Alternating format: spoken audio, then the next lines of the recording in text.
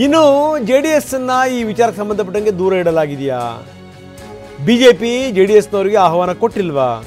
ಇದಕ್ಕೆ ಸಂಬಂಧಪಟ್ಟಂಗೆ ಜೆಡಿಎಸ್ ಶಾಸಕಾಂಗ ಪಕ್ಷದ ನಾಯಕ ಸುರೇಶ್ ಬಾಬು ಹೇಳುವಂಥದ್ದೇನು? ಜೆಡಿಎಸ್ ಅನ್ನ ಬಿಟ್ಬಿಟ್ಟಿದೆ ಬಿಜೆಪಿ, ತಾವೇ ಧರಣಿ ಮಾಡ್ತಾ ಇದ್ದಾರೆ, ನಮಗೆ ಯಾವುದನ್ನೂ ಕೂಡ ಹೇಳಿಲ್ಲ, ಬುಡಾ ಪಾದಯಾತ್ರೆಯಲ್ಲೂ ಕೂಡ ನಮ್ಮನ್ನು ಪರಿಗಣಿಸಿರಲಿಲ್ಲ. ಕೊನೆಗೆ ಎಚ್ ಡಿ ಕುಮಾರಸ್ವಾಮಿ ಅವರನ್ನ ಮನವೊಲಿಸಲಾಯಿತು. ಬಿಜೆಪಿಯ ಈ ರೀತಿ ಮನೋಭಾವನೆ ಸರಿಯಲ್ಲ ಅಂತಾರೆ ಸುರೇಶ್ ಬಾಬು. ಬನ್ನಿ, ನಮ್ಮ ಪ್ರತಿನಿಧಿ ಸುರೇಶ್ ಬಾಬು ಅವ್ರ ಜೊತೆ ಮಾತಾಡಿದ್ದಾರೆ, ಏನು ಹೇಳ್ತಾರೆ ನೋಡೋಣ. ಸರ್, ಈಗ ಇವತ್ತು ಬಿಜೆಪಿ ಪ್ರತಿಭಟನೆ ಮಾಡ್ತಾ ಇದೆ ಅಹೋರಾತ್ರಿ, ಜೆಡಿಎಸ್ಗೆ ಆಹ್ವಾನ ಇದೆಯಾ, ಹೇಗೆ? ಖಂಡಿತ ಇಲ್ಲ, ಇವರು ಆಹ್ವಾನ ಕೊಟ್ಟಿಲ್ಲ. ನೋಡ್ತಾ ಇದ್ದೇವೆ, ಇದು ಒಂದು NDA ಪಾರ್ಟಿ ಎರಡೂ ಕೂಡ ಒಟ್ಟಾಗಿ ಸಮನ್ವಯತೆಯಿಂದ ಹೋಗಬೇಕು ಅನ್ನೋದು ನಮ್ಮ ಉದ್ದೇಶ. ಮುಂದೆ ಒಳ್ಳೆ ಭವಿಷ್ಯವನ್ನು ಹೊಂದಬೇಕು ಅಂದರೆ NDA ಕೂಟದಲ್ಲಿ BJP ಮತ್ತು JDS ಎರಡು ಒಟ್ಟಾಗಿ ಎಲ್ಲ ಒಂದು ಹೋರಾಟಗಳನ್ನ ಮತ್ತು ಕಾರ್ಯಕ್ರಮಗಳನ್ನ ರೂಪಿಸಿದ್ರೆ ಸೂಕ್ತ.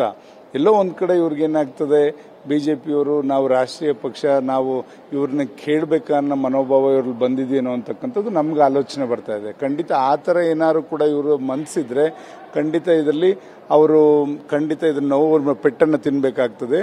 ಎಚ್ಚರಿಕೆ ಇರಲಿ. ಹಿಂದೆನೂ ಕೂಡ ಮಾಡಿದ್ರು, ಯಾವುದು ಪಾದಯಾತ್ರೆ ಮಾಡೋ ಸಂದರ್ಭದಲ್ಲೂ ಕೂಡ ಈ ಥರ ಬಿಟ್ಟು ಮಾಡೋವಂಥ ಕೆಲಸಕ್ಕೆ ಹೊರಟಿದ್ರು. ಕೊನೆಗೆ ಎಲ್ಲ ಮೇಲಿನ ವರಿಷ್ಠರು, ಕೇಂದ್ರದ ವರಿಷ್ಠರೆಲ್ಲ ಸೇರ್ಕೊಂಡು ಕುಮಾರಸ್ವಾಮಿ ಅವ್ರನ್ನ ಮನವೊಲಿಸಿದಂಥದ್ದನ್ನ ನಾವು ನೋಡಿದ್ವಿ.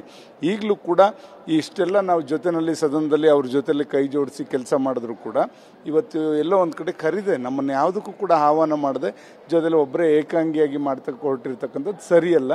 ಇದು ಮುಂದಿನ ದಿನಗಳಲ್ಲಿ ಅದನ್ನು ವರಿಷ್ಠರ ಗಮನಕ್ಕೆ ತಂದು ಇದನ್ನ ಸರಿಯಾದ ರೀತಿಯಲ್ಲಿ ತಗೊಂಡೋಗ್ಬೇಕು ಅಂತಕ್ಕಂಥದ್ದನ್ನ ಎಚ್ಚರಿಕೆಯನ್ನು ಹೇಳಲಿಕ್ಕೆ ಬಯಸ್ತೀನಿ. ಅಹೋರಾತ್ರಿ ಪ್ರತಿಭಟನೆ ಒಂದು ಕಡೆ ಆದ್ರೆ ಮತ್ತೊಂದು ಕಡೆ ಇದೇ ತಿಂಗಳು 7ನೇ ತಾರೀಕಿಂದ ರಾಜ್ಯಾದ್ಯಂತ ಹೋರಾಟ ಮಾಡ್ತಾರೆ. ಇದಕ್ಕೇನಾದ್ರೂ ನಿಮಗೆ ಸಭೆ ಮಾಡಿದ್ರೆ, ಇಲ್ಲ ಆಹ್ವಾನ ಕೊಟ್ರ, ಇಲ್ಲ ಅಂದ್ರೆ ಚರ್ಚೆ ಮಾಡಿದ್ರ ಅಂತ ಹೇಳಿ?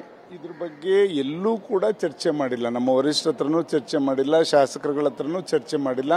ಇವತ್ತು ಈ ರೀತಿ ಮನೋಭಾವನ ಇವ್ರು ಬೆಳೆಸ್ಕೊಳ್ತಕ್ಕಂಥದ್ದು ಸರಿಯಲ್ಲ. BJPಯವರು ಇವತ್ತು ನಾವು ಕೂಡ ಒಟ್ಟಿಗೆ ಮಾಡಿದ್ರೆ ಇದು ಜನಗಳಿಗೆ ಈ ಕಾಂಗ್ರೆಸ್ ಸರ್ಕಾರ ಮಾಡ್ತಾ ಇರ್ತಕ್ಕಂಥ ಎಲ್ಲ ಒಂದು ಬೆಲೆ ಏರಿಕೆಗಳಿರ್ಬೋದು ಎಲ್ಲದನ್ನೂ ಕೂಡ ಬೆಳಕಿಗೆ ಚೆಲ್ಲುವಂಥ ಕೆಲಸ ಮಾಡಿದ್ರೆ ಖಂಡಿತ ಇದು ಜನಗಳಿಗೆ ಮನವರಿಕೆ ಮಾಡಿಕೊಡ್ಬೋದಿತ್ತು. ಎಲ್ಲೋ ಒಂದು ಇವರು BJPಯವರು ಅವ್ರದ್ದೇ ಆದಂಥ ಒಂದು ಸಿದ್ಧಾಂತಗಳು ಇಟ್ಕೊಂಡು ಹೊರಟಿರ್ತಕ್ಕಂಥದ್ದು ಸರಿಯಲ್ಲ. ಸರ್, ಈಗ ಸದನದ ಒಳಭಾಗದಲ್ಲಿ ನೀವು ಕೂಡ ಜೊತೆಯಾಗಿ ದೊಡ್ಡ ಹೋರಾಟ ಮಾಡಿದ್ರೆ ಅವರಿಗೆ ಧ್ವನಿಯಾಗಿ ನೀವು ಕೂಡ, ಆದರೆ ಸದನದ ಹೊರಗಡೆ ಮಾಡುವಾಗ ನಿಮ್ಮನ್ನ ಬಿಟ್ಟು ಮಾಡೋದು ಯಾವ ಕಾರಣಕ್ಕೆ ಅಂತ ಏನಾದ್ರು? ಅದು ಅವ್ರ ಮನಸ್ಥಿತಿ ಏನಿದೆಯೋ ಅರ್ಥ ಆಗ್ತಾ ಇಲ್ಲ ನಮಗೆ.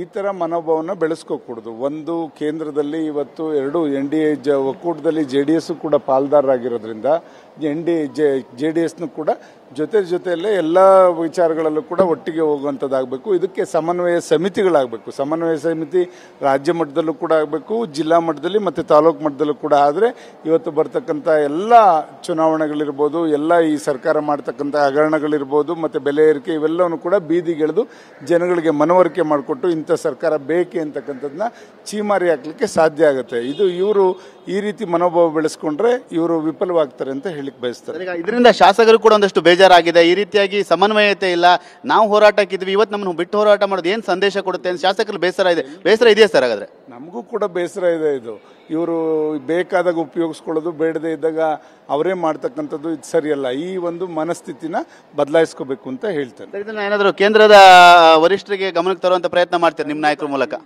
ಈಗಾಗಲೇ ನಾವು ನಮ್ಮ ವರಿಷ್ಠರಾದಂಥ ಸನ್ಮಾನ್ಯ ದೇವೇಗೌಡರಿಗೂ, ಸನ್ಮಾನ್ಯ ನಮ್ಮ ರಾಜ್ಯಾಧ್ಯಕ್ಷರು ಮತ್ತು ಕೇಂದ್ರ ಸಚಿವರಾದಂಥ ಸನ್ಮಾನ್ಯ ಕುಮಾರಣ್ಣವ್ರಿಗೂ ಕೂಡ ಗಮನಕ್ಕೆ ತಂದಿದ್ದೇವೆ. ಈ ರೀತಿ ಬೆಳವಣಿಗೆ ಸರಿಯಲ್ಲ.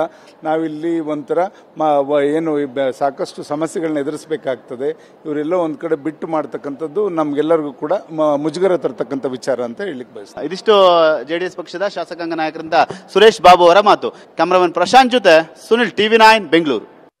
JDLP ನಾಯಕ ಸುರೇಶ್ ಬಾಬು ಹೇಳಿದಂಥ ಮಾತಿದು. ನೋಡಿ, ಈ ರೀತಿ ನಮ್ಮನ್ನು ದೂರ ಇಟ್ಟು ನೀವು ಮಾಡೋದಾದರೆ ಸರಿ ಇರಲ್ಲ. ಇದು ಮುಂದಿನ ದಿನಗಳಲ್ಲಿ ನೀವು ಅದರ ಪರಿಣಾಮವನ್ನು ಎದುರಿಸಬೇಕಾಗತ್ತೆ ಅಂತ